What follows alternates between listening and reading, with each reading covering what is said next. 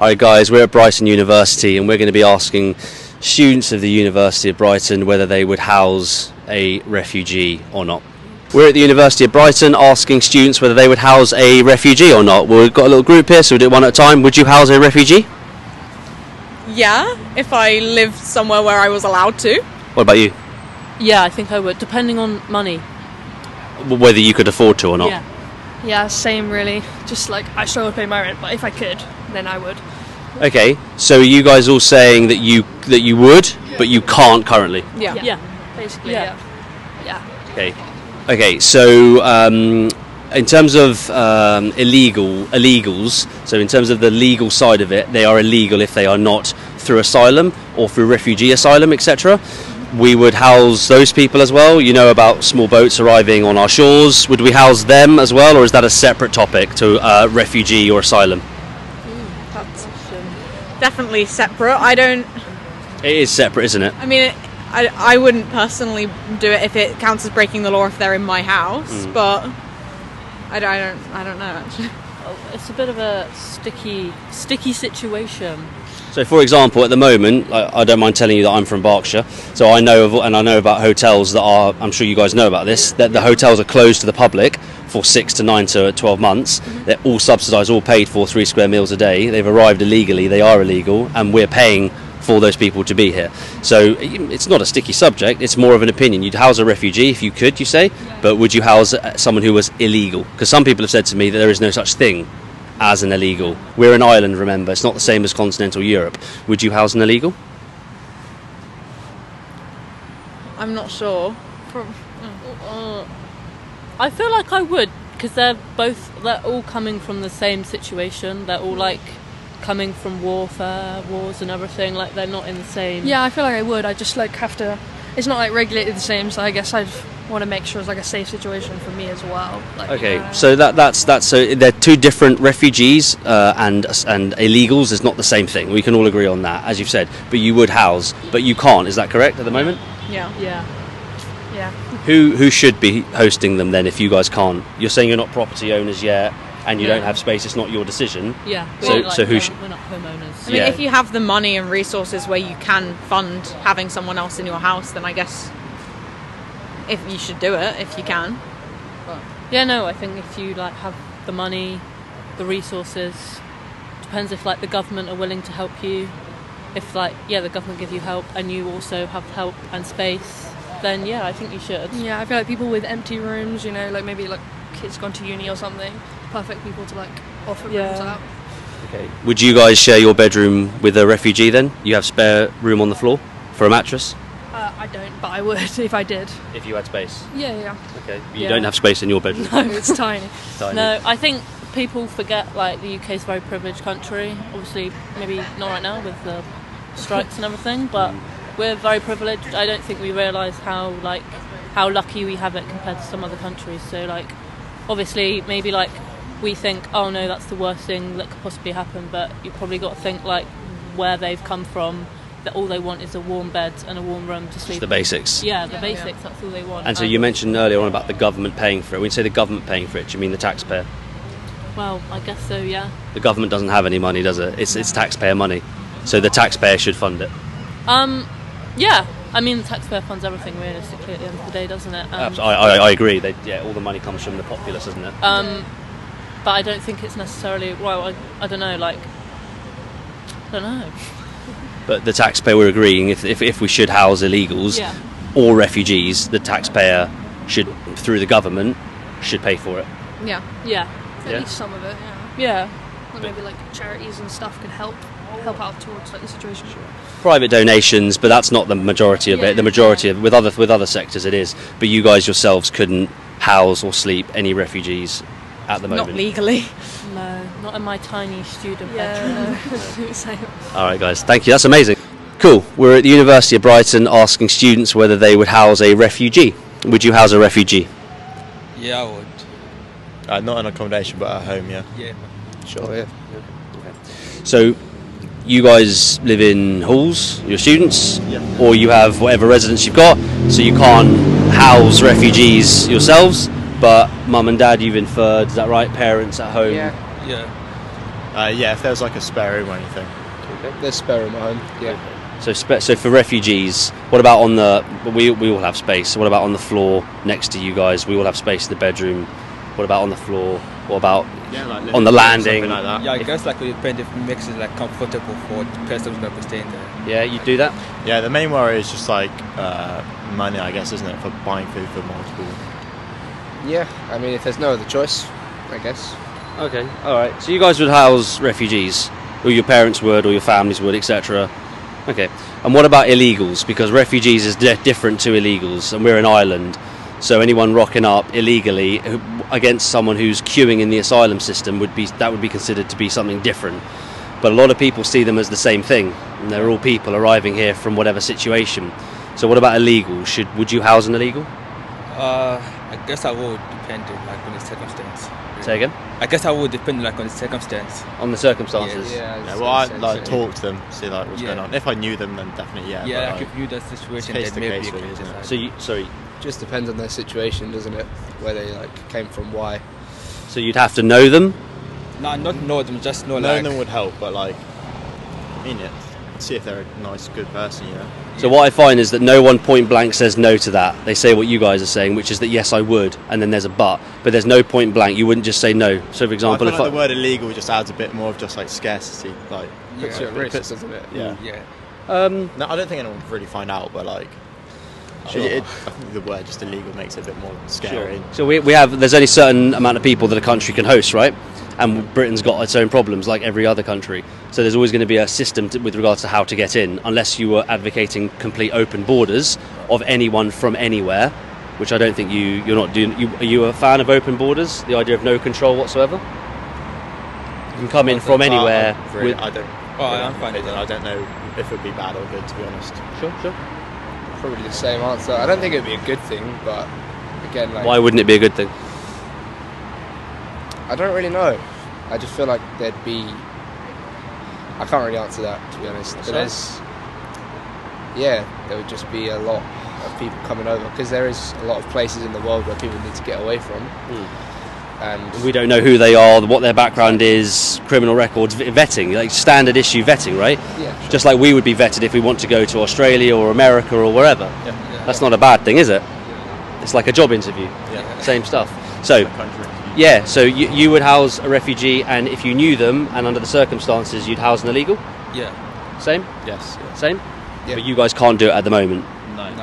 So who should be housing? You know about the hotels that are now shut off to the public, where illegals are now being housed. In Eastbourne there's one. There's several in Brighton across the counties, etc., where the hotel is shut off to the general public, and it's just only illegals that are allowed in there. At 3 square meals a day, all provided for, no assimilation into the culture whatsoever. So the taxpayer's paying for that. That makes sense, guys. So when you say you would house a refugee or you would house an illegal, but you can't right now, who should house them? Should the government? Yeah, Yeah, I'll say that probably makes more government. sense. The government? It's more organised as well. Yeah, of course, it's centralised, more organised. And where does the government get their money from? Taxpayer, right? Yeah, taxpayers. So we're paying for it. Nice.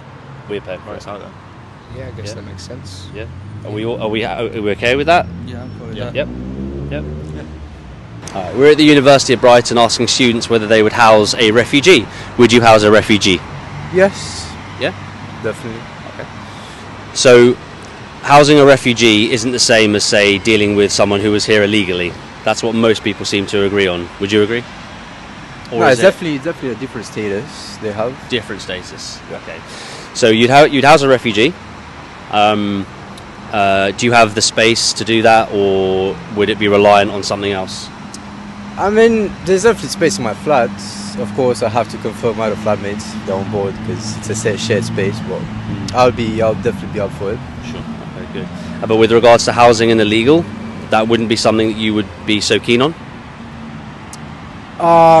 Lots of people are saying that illegal and refugee is the same thing. The point is that they're coming from a situation that was so bad, and they're actually the same thing. But I'm not sure they are the same thing. So that's what we're specifically interested in: is would you house an illegal, for example? I mean, I wouldn't exactly be sure how I can determine whether they have the refugee status or not. So I guess making a presumption in either way. do you think they'll actually admit that they don't actually have a status right here and then ask me to house them knowing that they don't have the right to stay? I mean, in that case, I might get them the help they need. Because even if at the moment they don't have refugee status, if they have the probable reasons and everything, they can definitely get one. So I'll definitely help them in that sense if they don't have refugee status, yes. So who's supposed to pay for all this? So obviously, if individuals want to help out and take on board refugees, that's on their individual budget. But in terms of illegals coming here saying, look, I'm refugee, I qualify for refugee status, I come, but it's the same argument. It's saying I'm fleeing something to have a better life. Should the British public pay for that?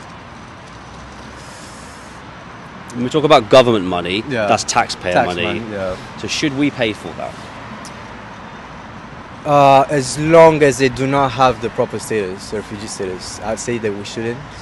But we should definitely consider whether they deserve to get a status or not. Like, that should definitely be considered, not just extradited. Of course. So we have an asylum system, like all countries. We have a visa system, as you know. We have an asylum system. So we have those systems in place.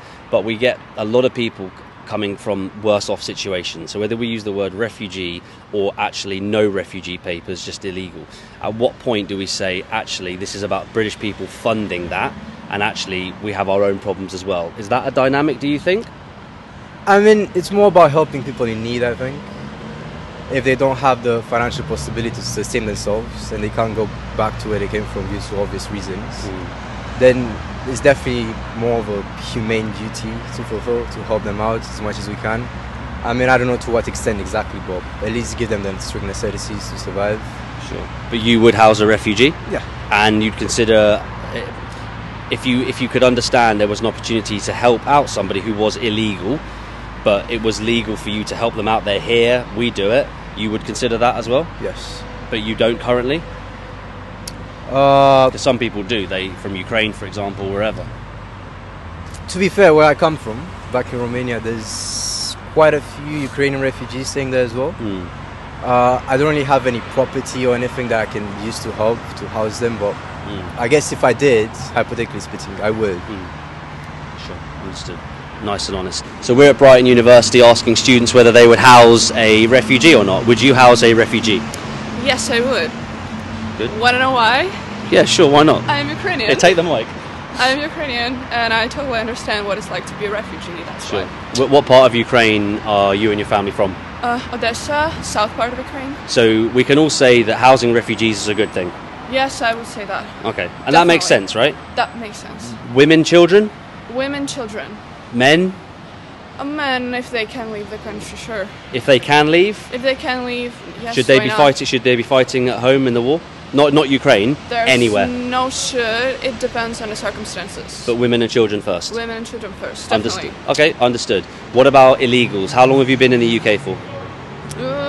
4 months, 6 4 months, months. 5 months. Sure. Okay. So do you know about obviously the fact that we're an island? You know that we have a lot of illegal traffic that comes from the Middle East and from Asia as well. Yes. So we're not talking about refugees. We're talking about illegals. Should the British taxpayer fund that? Depends on their situation. The illegal situation. The illegal situation. Yeah. In terms why? of Like why they are. Why they are. Yeah. What is happening in their country? And Okay. all this. Again, if it was all males of fighting age and no women and children, would that change our public, our populace? That would change. It would change the opinion? Definitely. If it was all women and children, that would change our opinion another way? Yes, totally. Okay. Should the British taxpayer fund the housing and facilitation of people that arrive here illegally? Should it be on the British public?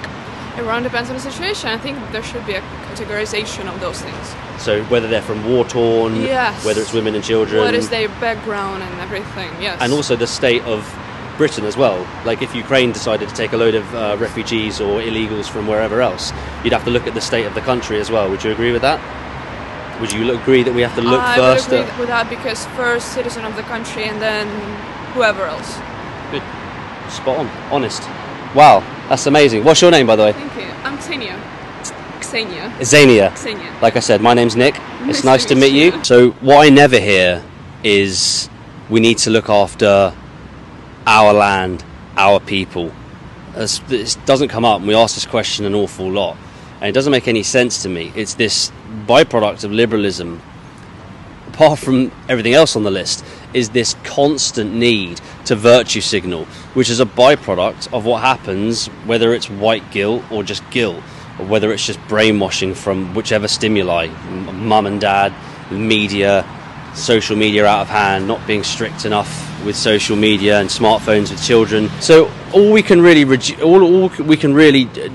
deduce is that it's this narcissistic, this liberal narcissistic personality disorder, what we know as virtue signaling, but we called it virtue signaling because it's trendy and it's catchy and virtue signaling, but it's narcissistic personality disorder. So we get all the opinions and all the comments, yes, I'd house a refugee, yes, I'd house an illegal, but it's absolute nonsense. And within that, if it could get any worse, you've also got people not talking about patriotism, not talking about assimilation, not talking about cultural issues, not talking about core values, again that comes under assimilation, but just basic stuff that I would expect for a populace that was so hell-bent on virtue signalling to say or to counterbalance. It simply doesn't happen. We've asked this question many times now. If you're an economic migrant and you're looking for a better life, you can come under the guise of being a refugee or an illegal, rocking up as definition of an island on our shores in a small boat. Meanwhile, we have all these problems as well, and no one has the gumption to say, in this liberal mentality, no one has the gumption to say, actually, there should be a queuing system, a visa system, an asylum, an application system. You're then vetted. It's common sense. And you just don't hear that ever. Instead, it's like, yeah, I do this, I do that. I can't do it myself, but I do it. It's liberal. It's narcissistic personality disorder based on liberalism. That's all one can deduce, and it's absolutely everywhere. And what's that born out of? Fear. Fear of being cancelled, fear of not seeming inclusive, not seeming diverse enough, not being pro-equality enough. It's utter nonsense. It's not real. It's just fear. Fear is now what governs these young men and women. We should be seeing patriots and we should be seeing common sense and not necessarily conservative values, because I understand that there's differences of opinions, just because that's my particular ideology. But we don't. We see it's narcissistic personality disorder. It's talk and feelings, but when it comes to it, there's nothing backing it up. There's no backbone or spine whatsoever. It's just pure, I want to be seen to be doing the right thing. I don't want to get into trouble. Well, what kind of society is that building? And again, is it parents, social media, media? You can point fingers all day long. At some point, you've got to draw the line and say, we're going to need a leader to come into politics to say and stand up and say, sorry, but this is over. This isn't happening anymore. It's crazy. It's more depressing than crazy and angry. It's more depressing. We never hear that when we talk about the refugee topic. Never comes up. Assimilation, core values. How does this actually work practically? It's just no. Liberal narcissistic personality disorder, virtue signalling. Crazy.